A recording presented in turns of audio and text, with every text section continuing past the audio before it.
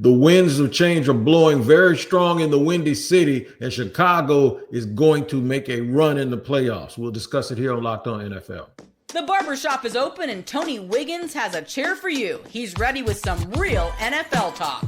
The local experts of Locked On bring their expertise, and Wiggy is ready with his clippers and shears. Sit down and enjoy. The new Locked On NFL starts now. Locked On Podcast Network. Your team every day.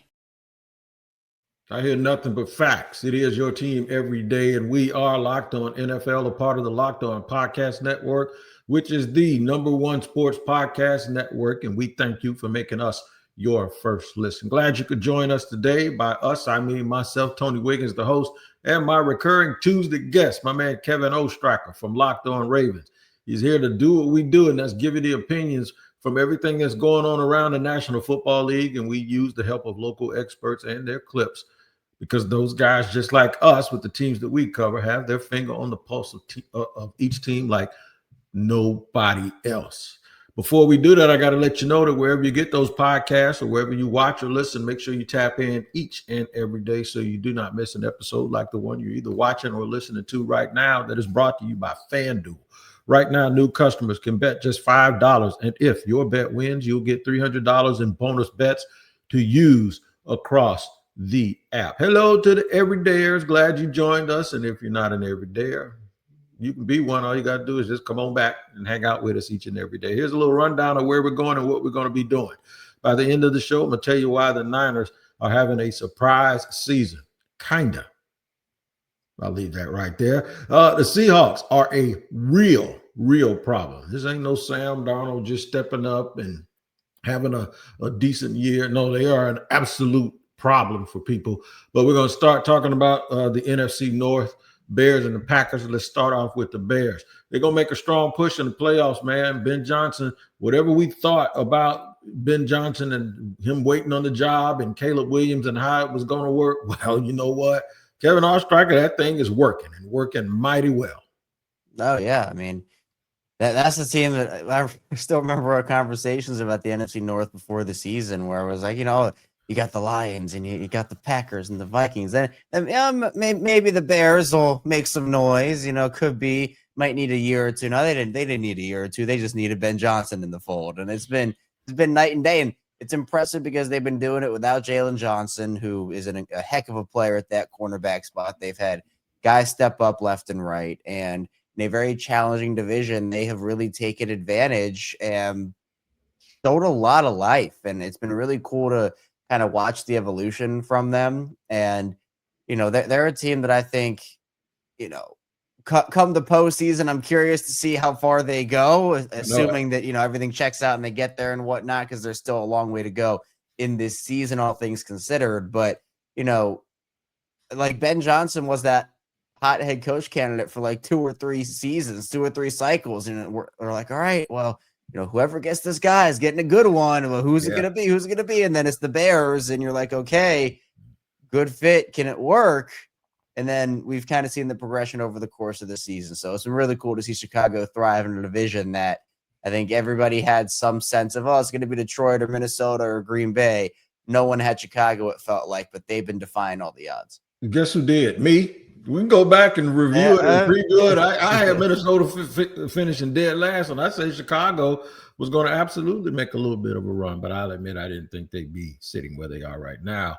Lauren Cox was optimistic. Now he's going to tell you what's going on from Locked On Bears. The Chicago Bears had no business beating the Pittsburgh Steelers like that, with no healthy linebackers, no healthy cornerbacks, some mistakes from Caleb Williams, some struggles in the running game, and yet in spite of all of that, they hold on for the 31-28 victory, with the defense, of all things, coming up clutch at the end. One of the more inexplicable victories for the Bears this season, where you saw plenty of mistakes on both sides of the ball, but when it mattered most in key third down situations and in the red zone, the Bears were getting the job done. A lot of credit to the coaching staff on both sides. Ben Johnson scheming up this offense to success and helping set things up for Caleb Williams and company. Dennis Allen finding ways to make up for huge holes in the back seven, but A big help having Mason Rudolph under center for the other team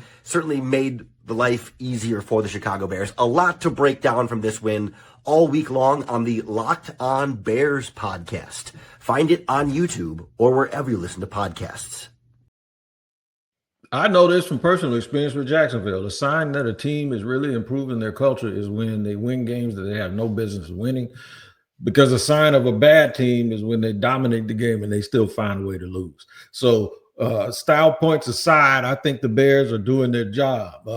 Green Bay hasn't had so many style points this year because everybody expected them to be great. Well, Micah Parsons showed up there. Somebody was telling me the other day, KO, well, Micah Parsons ain't having that great a year. And then I looked up, they say he got 10 sacks in 11 games. And I'm like, since when is that not a really, really good year for a player?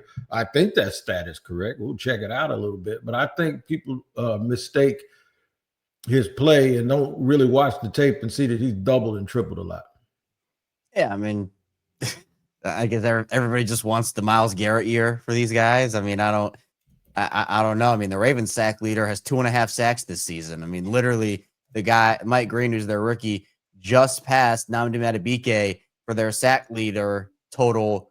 Madubuike hasn't played since week 2. Like, it's been that kind of year for Baltimore. I'd take 10 sacks. Like, that's a great year for them. And for Parsons in particular, I just think with Green Bay, it's some of the volatility Jordan Love has displayed this season is being the main culprit here, where, you know, you look at him and the potential that he has to be like a consistent, like top quarterback every single week, but you see those flashes and then you see those games, and it's been multiple where he hasn't been able to meet the moment. And while Green Bay was winning and, you know, they're in good position, it, like the talent on the roster to me is it's a really talented roster. And I just think that for most of these teams, you go as far as the quarterback takes you.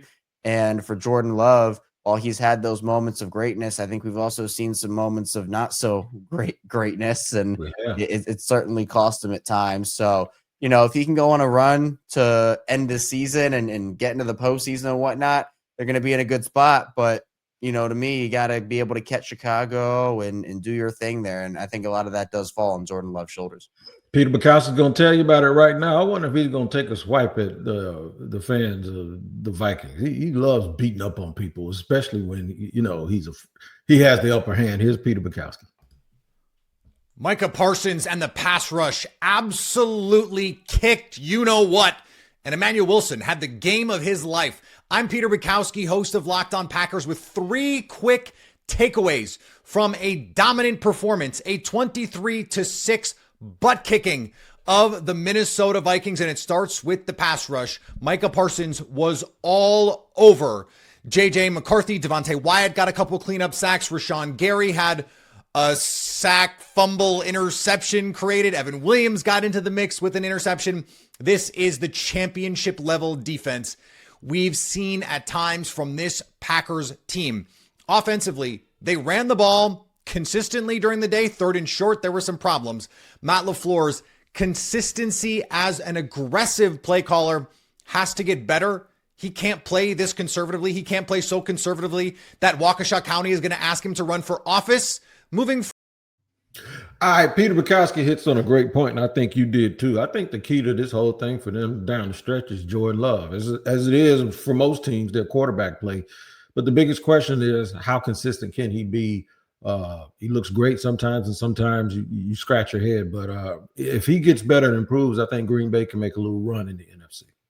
Yeah, and there are a lot of talented teams in that NFC, and feels like the NFL is just super wide open this year. I mean, I think a lot of people would probably conclude the Rams are the best team in the NFL right now, and that's probably not a close discussion. But, you know, outside of that, like, it seems like every team has a weakness. Every team is susceptible to a loss here and there. And, you know, it feels like this is one of those years where it feels like the team that gets the hottest in the postseason is just going to run through everybody and win. And maybe that is the Rams, but I feel like Green Bay has a shot there, especially with what Peter was talking about with that defense. So I'm excited to see, because that NFC North is going to be good for a long time. That's going to be one of the best divisions of football for a long time, considering the quarterback situations for most of those teams, Minnesota has some stuff to figure out there. But I think the Green Bay is in a good position, and I'm excited to see what they do. Minnesota has some stuff to figure out because they let their quarterback go from last year, and that's Sam Darnold, who seems like he has it figured out in Seattle. We'll talk about them and their surprising season in just a second here on Locked On NFL. All right, today's show sponsored and brought to you by our friends over at FanDuel. The NBA is back, and there's no better place to get in on the action than FanDuel, the official sports betting partner of the NBA. Even if you missed the start of the game or want to ride the hot hand, FanDuel has live bets on everything from who will score next to fourth quarter comebacks. Plus, you can even combine your live bets into a same game parlay for a shot at a bigger payout.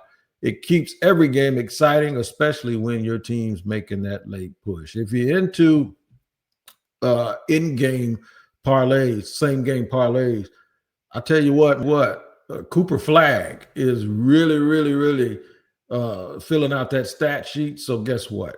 When you go to FanDuel, keep that in mind when you do your same game parlays. Right now, FanDuel is giving new customers $300 in bonus bets when your first $5 bet wins. So head to FanDuel.com to sign up and play your game with FanDuel, the official sports betting partner of the NBA.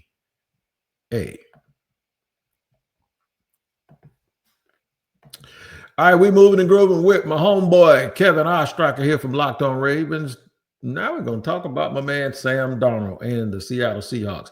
Probably one of the biggest surprises, if not the biggest surprise to me in the National Football League. No, it's not the Jaguars winning. No, it's not any of that stuff. It is, to me, the fact that the Seattle Seahawks are doing what they're doing, and I thought they were one of the worst rosters in the league. It shows you little do I know. But I know somebody that does know this team very well, and that is my man, Corbin Smith. And he watched firsthand as Seattle barely escaped maybe the worst team in the league in the Tennessee Titans, but a win is a win. Here's Corbin. The final score didn't necessarily do it justice, but the Seahawks coming in and taking care of business against the Titans in Nashville. Multiple times up 20 points. Cam Ward made valiant effort late to lead Tennessee back, and it got within 6 points inside a minute to play. Seahawks defense bending and eventually started to break with several players out, including Tyakata exiting at halftime, forcing DeAnthony Bell, a fourth-string safety, into action. Seattle is down to a third-string linebacker as well in Patrick O'Connell. But even with those injuries, got enough stops in this game, and coupled with a historic performance from Jackson Smith-Njigba, who toppled DK Metcalf's single-season franchise record with 167 receiving yards and 2 touchdowns in this game, 2 50-plus yard bombs, including a 63-yard touchdown, 56-yard reception, setting up another 13-yard touchdown catch. JSN, once again, was a huge part of Seattle's offense. They got 71 rushing yards from Ken Walker III as well. So a balanced effort, and most importantly, no turnovers on the offensive side of the ball. First time in 5 games that Sam Darnold has not had a pick or a fumble. So that is a big step forward. Even if the defense did struggle down the stretch, a win is a win in the NFL. And the Seahawks improved to 8-3, staying right with the Los Angeles Rams in the NFC West. They're a really good team, man. And they got some good players. And I just want to say this about JSN, Jackson Smith, and Jigba, and I will include Emeka Egbuka in this. Shame on y'all for thinking that just because guys were role players at Ohio State that they weren't going to be good. These dudes are 5-star recruits. And both of those guys are setting the league on fire. One is a rookie and one is a second-year player. Maybe we learn a lesson from that. Don't be discounting dudes because they do what they got to do in college just to make their college team better. But he is one of several very good players Seattle has on that team. And you have an intricate knowledge of some people that they have on their staff that has absolutely made this a very nice transition year for Seattle.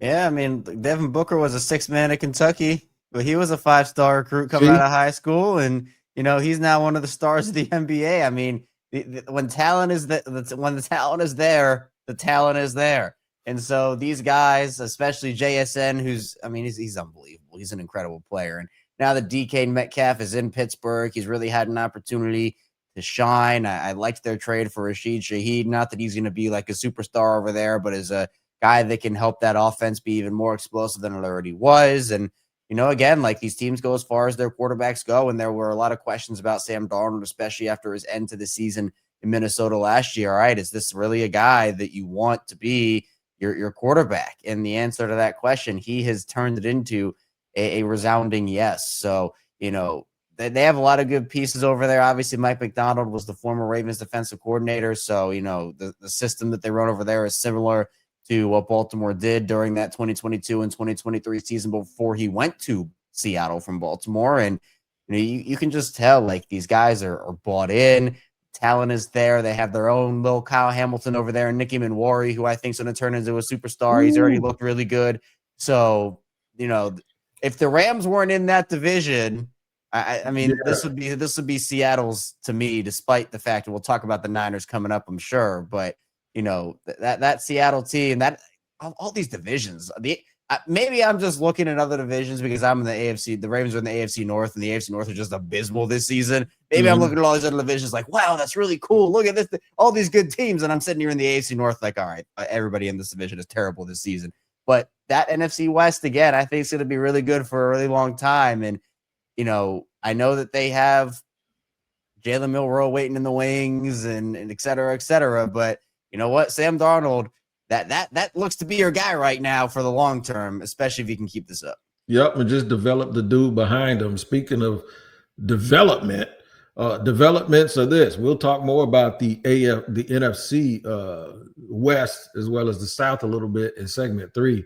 But the AFC West, the team that we're used to winning, when we transition from a team that we're not expected to win this year to a team that everybody expected to always win, the Kansas City Chiefs were fighting for their life. I love when people use that phrase like about anything, fighting for his life. They literally were fighting for their playoff lives, and then they got down to an upstart Colts team who is kind of either the Colts or the Patriots could be the AFC version of the Seattle Seahawks this year. Probably more the Colts because they've been doing it with a quarterback that everyone thought was they threw him on a trash heap. And it's the same as Sam Darnold. But the Chiefs and that championship pedigree, they figured it out when they got most desperate. We're going to hear from Locked On Chiefs, but then when we come back, I want you, Kevin Oestreicher, someone who has been victimized by the greatness of the Chiefs, to tell me, do you believe that the end is near? Is somebody going to put them out of their misery and not allow them to get back to the playoffs this year? But first, Locked On Chiefs. When you look at the stats, this game shouldn't have been close. It should have been a comfortable win for Kansas City. It was never comfortable. Kansas City felt like they were going to potentially lose this and maybe not make the playoffs after this game based on what we were seeing even going into the second half. But they turned it around and they scored 11 points in the fourth quarter and 3 in overtime to win. That's something that they haven't been able to do this season. I think that says a lot. Look, they figured it out. And somehow I get the feeling they're going to keep figuring it out. But they got a tough schedule. They got to run through some really, really good teams, and they put themselves on a bad spot right now. Yeah. It's been a far cry from what we saw last season, all those one-score wins, and we're like, all right, it's finally going to run out, right? Finally going to run out. And then it never did. And now they're in a situation where they are fighting. I mean, if they had lost that game, I think their season would have been over. Yeah, it would have been done. And, for a team that, I cover in the Ravens that has been victimized by that Kansas City team, I need to see it with my own eyes. I need to see it first because that's the team that, despite the fact that, their offense isn't quite as explosive anymore. And, the defense has lost a couple pieces here and there over the years. Or the defense, that seems to have been their calling card over the last couple of years compared to what the offense was early in this dynasty. They're a team that has the pedigree, has the experience, and for a couple of these younger upstart teams like the Colts or the Broncos or the Patriots, I mean, come playoff time, are they going to have what it takes to win those games? We know the Chiefs do. That they can win games in the postseason and find ways to do it. So, being in the AFC, I'm never going to count out the Chiefs. I need to see them either miss the playoffs or lose in the playoffs to have it be real and be like, oh, wow, okay, maybe. But I do think the end is is nearer. Is it here yet? I'm Nearer? not Okay. sure. There you go. But, you know, Hey, look. or more near, whatever the word. I don't even know if Yeah, near is the word. look. See, when you get words mixed up when you get nervous. Oestreicher, and I'm telling you, between Ravens and Bills, y'all want proof. Y'all don't want just a Polaroid.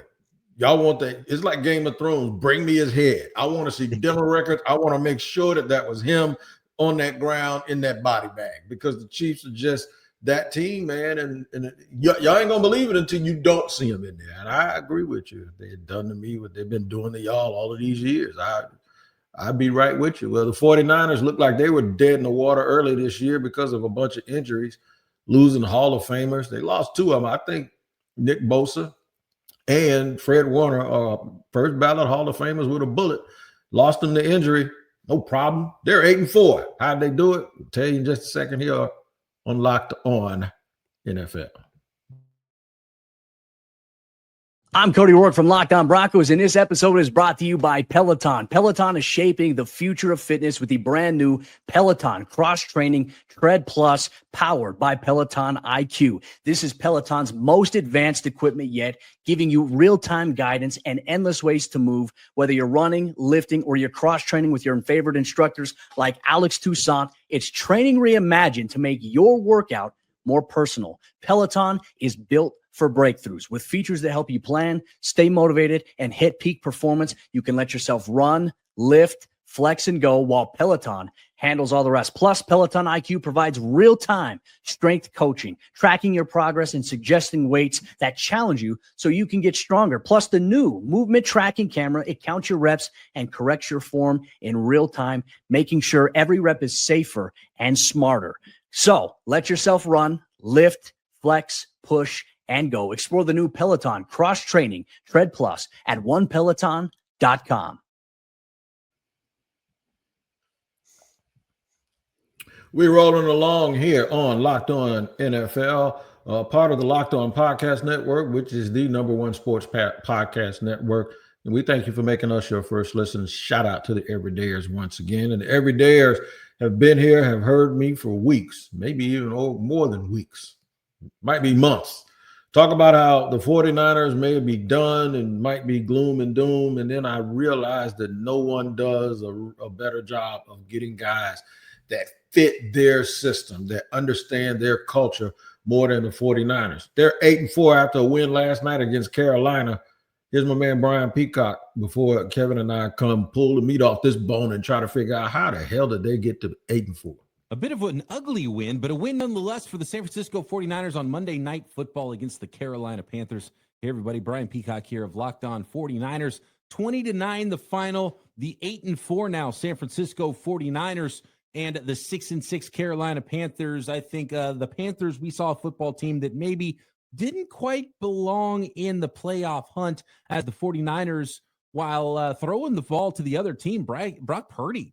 3 interceptions in this football game, and Bryce Young, 2 interceptions of his own. So 5 total picks in the game. Again, kind of an ugly contest. And I think one that Kyle Shanahan realized, you know what? I think it's best not to get cute. This is a football game where we are better than them. We are better up front. We can run the football. We can give the ball to Christian McCaffrey 30 times in this football game and ride him to victory. And that's exactly what he did. The 49ers defense is banged up as it is. Didn't have too tough of a time with Bryce Young and Rico Dowdle and that Carolina Panthers offense. 20-9 win, big win for the 49ers, now 8-4, and another NFC win, which is huge for those playoff tiebreakers, which is really important at this part of the season.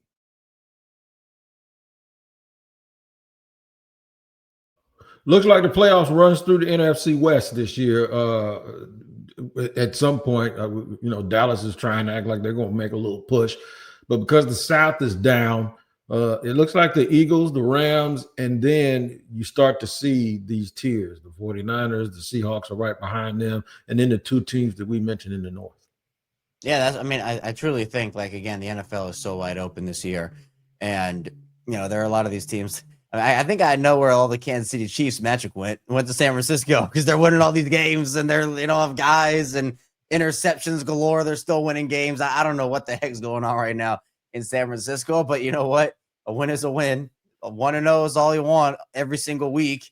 And it doesn't matter how you get it done, how ugly or pretty it is. And certainly wasn't the way I think you draw it up for San Francisco on Monday night. But even still, it's resiliency. And I think that in that NFC picture right now, outside of the Rams and, the Eagles as well, you're kind of thinking like, okay, well, who else is going to be that team to step up? Like Detroit, they were fighting for their lives against the Lions. They were lucky to come away with that win. That's the team. Everybody, all right, this is going to be the team that's going to run away with the NFC. Well, no, I mean, if they can't make a statement against the Giants, are they really a team that you can trust? You're right. The NFC South, I mean, Tampa right now with Baker's situation and everything going on, and all those other teams. It's just that Carolina is like one of those teams that you can look at and say, oh, they've been surprising this year, but do you trust them in the postseason picture if they get there? So again, just a lot of unknowns right now. San Francisco included in that conversation, but I do give credit to San Fran for their resiliency, because you look at how many games Purdy has missed. I mean, Mac Jones stepping up for them, making impacts.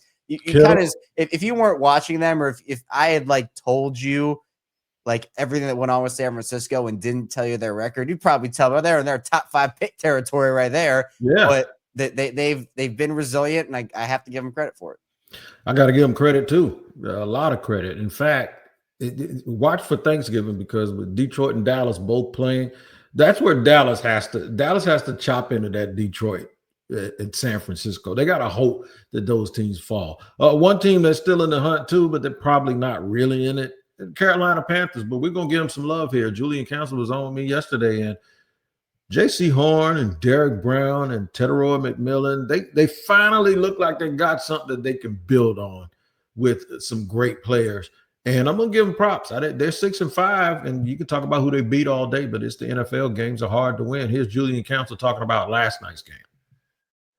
A blown opportunity for the Carolina Panthers on Monday night. Hi, I'm Julian Council, the host of Locked On Panthers. The Panthers had an opportunity on Monday in San Francisco to take sole possession of first place in the NFC South and potentially be the favorites heading into the final month of the season with Baker Mayfield's shoulder injury. Instead, they lose on the road against the 49ers in yet another anemic offensive performance. And this defense tonight was good enough.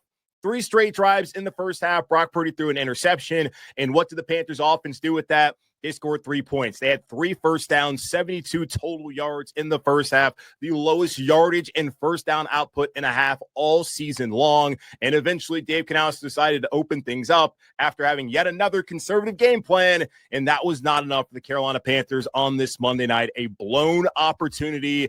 And guess what? Good news. Actually, no, bad news. The Rams are coming to town on Sunday. So in all likelihood, going from being tied for first place, potentially taking the sole possession of first place, to likely losing back-to-back games as the best team in the NFL comes to Carolina on Sunday. For more on the Carolina Panthers, tune in to Locked On Panthers on YouTube and wherever you listen to your favorite podcast.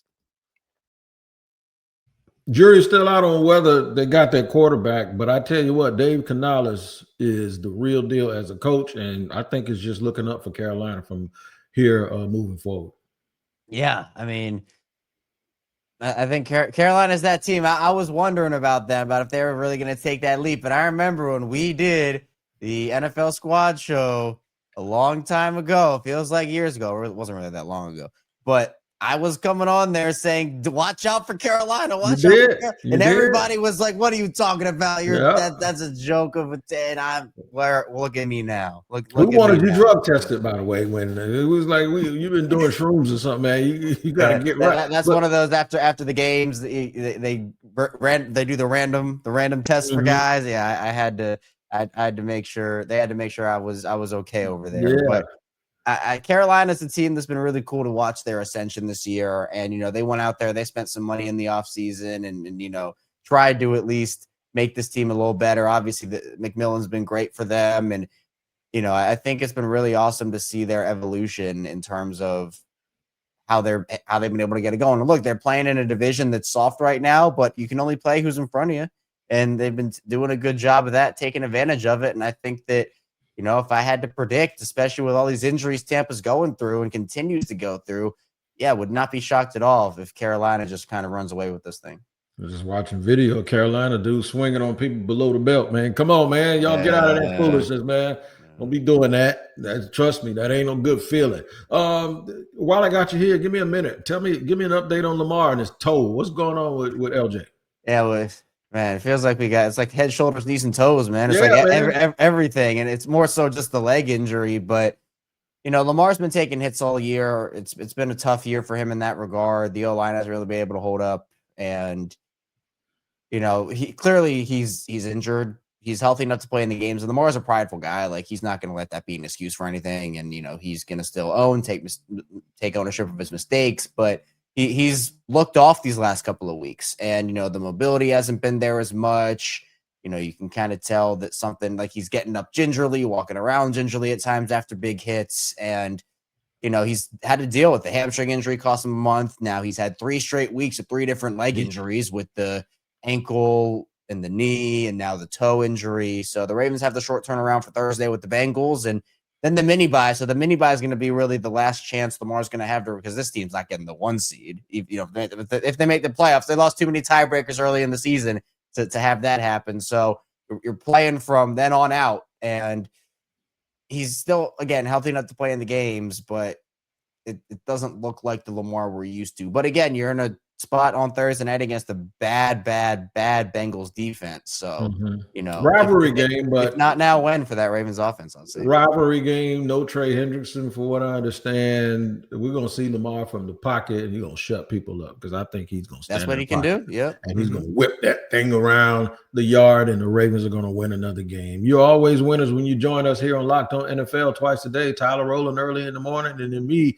here in the barbershop in the afternoon. Part of the Locked On Podcast Network, the #1 podcast network, the #1 sports podcast network. Got to throw the word sports in there. 32 minutes with me and Kevin Oestreicher today. We appreciate it. Don't take you for granted. Getting ready for eating some turkey on Thanksgiving. We'll see y'all.